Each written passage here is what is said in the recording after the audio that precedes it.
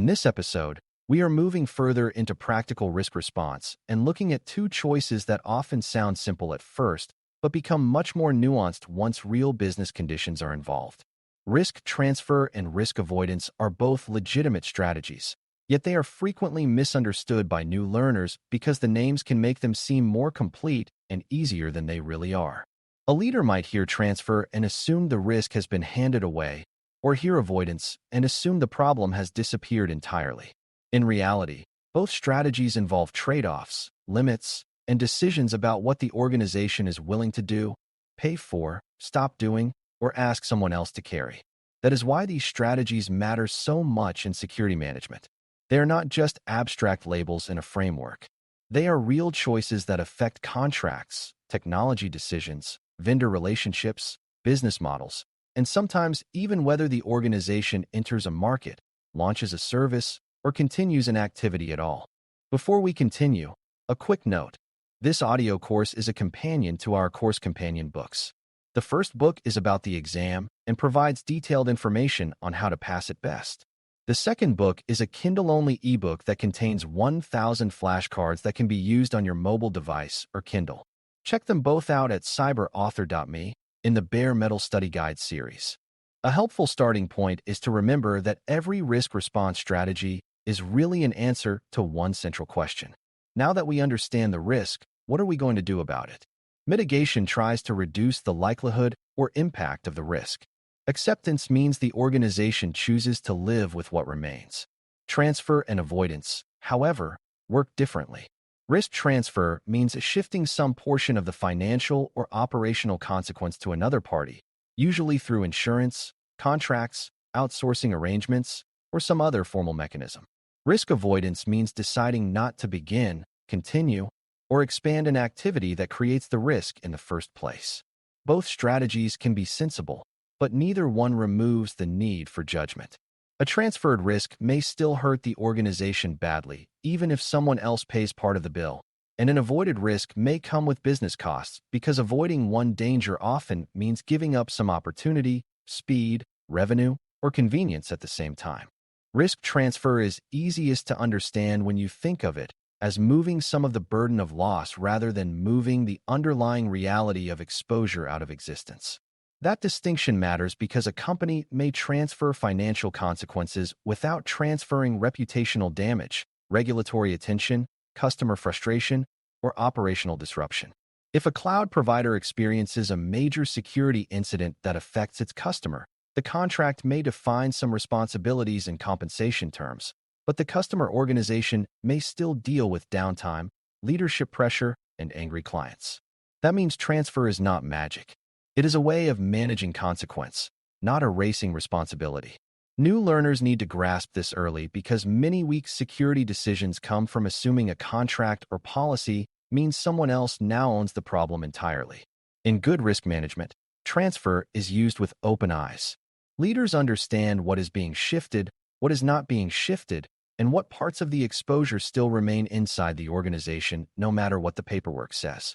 Insurance is one of the most familiar forms of risk transfer, and it provides a useful example for beginners.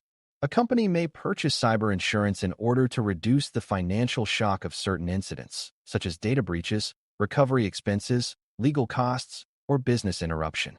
The policy can be valuable because it helps the organization recover financially from events that might otherwise create major strain. Even so, insurance does not stop the attack, restore trust instantly, or make weak controls acceptable. It also comes with conditions, exclusions, coverage limits, and requirements that matter greatly. An organization that assumes any cyber event will be fully covered may be surprised to learn that the policy does not apply in the way leaders expected, or that the insurer requires specific control maturity for certain types of claims. That is why insurance should be viewed as part of a broader response posture rather than as a substitute for sound security practice. It transfers part of the financial pain, but it does not replace governance, resilience, detection, or accountability for the environment itself. Contracts are another major way organizations transfer risk, especially when they depend on vendors, service providers, software platforms, consultants, or outsourced operations. Through contracts, a company can define security expectations, incident notification timeframes, liability boundaries, audit rights, service commitments, and consequences if a provider fails to meet agreed obligations. This is extremely important in modern business because so many security dependencies now sit outside the organization's direct control. A vendor may store sensitive data, process transactions, provide identity services, or support critical infrastructure, which means the vendor's security weakness may quickly become the customer's business problem. Contractual transfer helps by assigning responsibility more clearly and making sure the organization is not entering the relationship with vague assumptions. Still, a contract cannot force perfect behavior, and it cannot always restore what is lost after a serious incident. If a critical provider fails, the customer may still face operational chaos even if the agreement later supports some recovery or compensation. Good leaders therefore treat strong contracts as essential, but never confuse them with actual protection. This leads to one of the most important lessons about transfer strategies. You can transfer certain costs and duties, but you usually cannot transfer all accountability in the eyes of customers, regulators, executives, or the public. If your organization chose the vendor, entrusted the data, or built the dependency, then your organization will still be expected to explain what happened and why the risk was managed the way it was. That is why third-party risk management remains necessary even when contracts appear strong.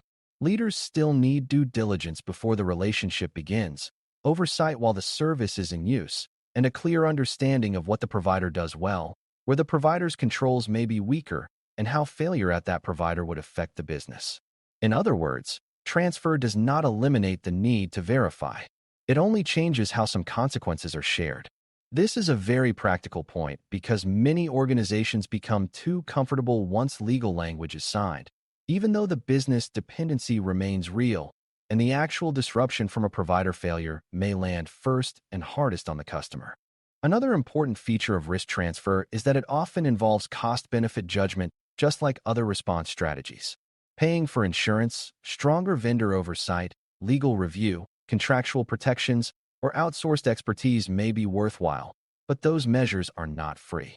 Leaders need to ask whether the amount being spent to transfer part of the risk makes sense compared with the level of exposure and the remaining risk the organization still holds. For example, a company may decide that transferring some breach-related financial exposure through insurance is sensible because a major incident could produce costs it would struggle to absorb on its own. In another case, the company may discover that a policy is so limited, expensive, or conditional that it offers less value than expected. The same is true with outsourcing.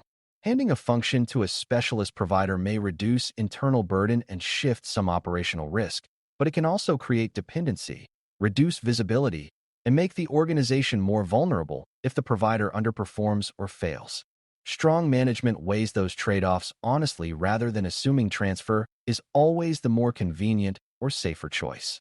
Risk avoidance works from a completely different direction because instead of shifting consequence, it removes the activity that creates the exposure.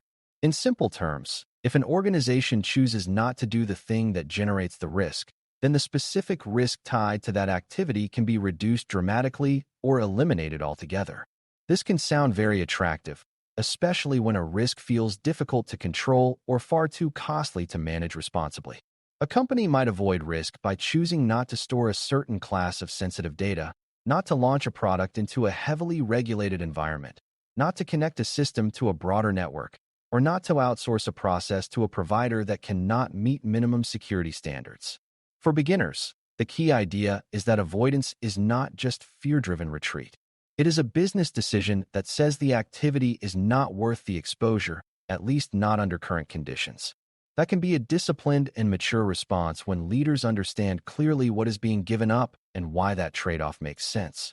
Avoidance is often appropriate when the risk is severe, the organization has low tolerance for the possible consequence, and there is no practical way to reduce the exposure to an acceptable level. Imagine a company considering a new service that would require storing highly sensitive information it has little experience protecting, while also creating major legal obligations and a heavy incident impact if something went wrong. If leadership concludes that the business value does not justify the expanded exposure, choosing not to offer that service may be wise. Another example could involve a vendor whose technology seems useful, but whose security practices are weak and whose failure would place critical operations at risk. The company might avoid that risk by selecting a different provider or by deciding not to pursue that dependency at all. In both cases, avoidance protects the organization not by building more controls around the activity, but by declining the activity itself. That can be difficult emotionally because people often dislike giving up options, yet it is sometimes the clearest and most responsible decision available. At the same time, avoidance has costs that should never be ignored. When a company avoids a risk, it may also avoid revenue, innovation, speed, convenience, or competitive opportunity. A decision not to enter a market, not to launch a digital service, or not to adopt a new technology can protect the organization from exposure, but it can also limit growth or leave business advantages unrealized. That does not make avoidance wrong. It simply means avoidance should be treated as a strategic decision, not as a reflex. Leaders should understand what opportunity is being traded away and whether the organization may be able to revisit the decision later if capabilities improve. Sometimes avoidance is temporary rather than permanent. A business may delay a planned initiative until it develops stronger governance, clearer processes, more staff capacity, or better vendor options. In that case, avoidance becomes a pacing decision rather than a final refusal. This is helpful for beginners because it shows that security strategy does not always end in yes or no. Sometimes the best answer is not now, because the exposure is ahead of the organization's current ability to manage it responsibly. A common mistake is confusing avoidance with mitigation. If a company keeps doing the activity but adds controls around it, that is mitigation, not avoidance. If the company stops the activity, removes the dependency, or decides not to proceed at all, that is avoidance. This distinction matters because the wrong label can create false confidence about the strategy that was actually chosen. Suppose an organization continues to handle sensitive payment data but narrows access, adds monitoring, and improves encryption. That is not risk avoidance. It is mitigation, because the risky activity still exists even though it is more tightly controlled. True avoidance would be choosing a different business model where the organization no longer stores or processes that data directly. The difference is meaningful because avoidance can change the entire risk picture, while mitigation changes how the risk is managed within the existing activity. New learners benefit from being precise here, because clear language supports clearer thinking, and clear thinking leads to better decisions when leaders must explain why a particular path was selected. Transfer and avoidance can sometimes be used together, and this is another place where risk response becomes more realistic than the simple textbook versions. An organization may avoid one especially dangerous part of an activity while transferring another part through contracts or insurance. For example, a company may decide not to build and operate a sensitive function internally because doing so would create too much exposure for its current maturity level. That is avoidance of the internal activity. It may then work with a specialized provider under carefully negotiated terms, which introduces an element of transfer. Even in this kind of combination, however, leadership must still understand the remaining exposure. Avoiding one path does not remove all risk from the business objective, and transferring part of the burden does not remove the need for oversight. Mature response strategies often layer these decisions because organizations are trying to balance safety, practicality, cost, and business goals all at once. The most effective leaders do not become trapped in one response category. They choose combinations that fit the real problem instead of forcing the problem into a neat but unrealistic box. Decision-making around these strategies should always include ownership, documentation, and review.